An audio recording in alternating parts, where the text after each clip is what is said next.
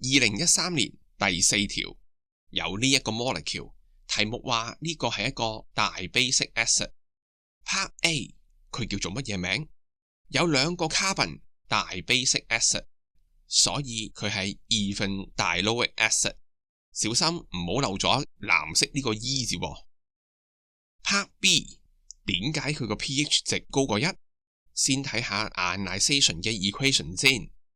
因為佢係一個 weak acid， molecule 只會 partially ionize， 因此呢個 0.05 mol per dm³ 嘅 acid 冇可能 fully ionize 去 produce 0.1 m hydrogen ion， 所以佢個 pH 值一定大過1。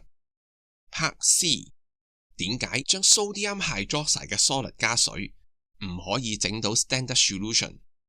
複習一下先， standard solution 就係 solution with known molarity， 但好可惜，因為 NaOH 嘅 solid 係 deliquescence 或者 absorb moisture from air， 所以即使你用 electronic balance 都唔能夠揾到 mass of NaOH。既然 mass of NaOH 唔清楚，咁當然揾唔到 solution 嘅 molarity 啦，又點會整得到 standard solution 呢？ Part D 有以下呢一個 titration， clinical fast 入邊係25 cm³ 0.05 m 嘅 acid with phenolphthalein， 我哋需要 17.2 cm³ NaOH complete neutralization。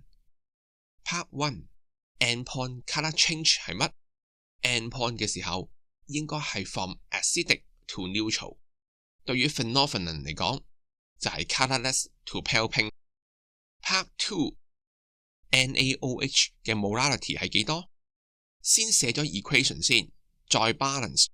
因為大 basic 嘅緣故，我哋需要2個 NaOH 去 complete reaction。acid 嘅資料最齊全，所以就揾咗 acid 嘅 mol 數先， m 乘 v等於 1.25 乘10嘅負3個 mol。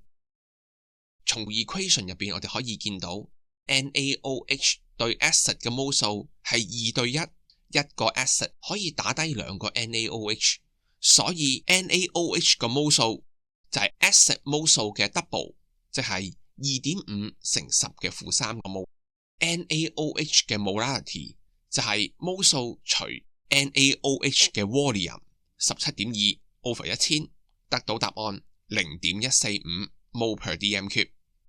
Part E 以下嘅步驟出咗乜嘢問題？點解我哋唔可以做？第一，洗完 clinical fast 之後，點解唔可以用 standard 嘅 acid 去洗，之後先加25 cm³ acid？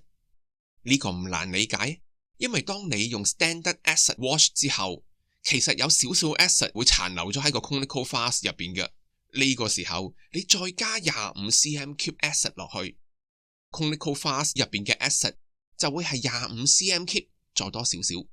因為啲少少 acid 嘅緣故，我哋需要 extra alkaline to reach the end point， 個數字咪比預期中大咗咯。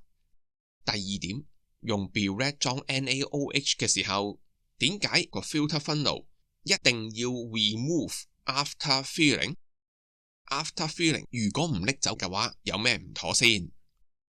如果唔拎走個 filter funnel 入邊剩餘嘅 NaOH 滴落去你嘅 burette 度，咁 NaOH 嘅 volume 就會 underestimate。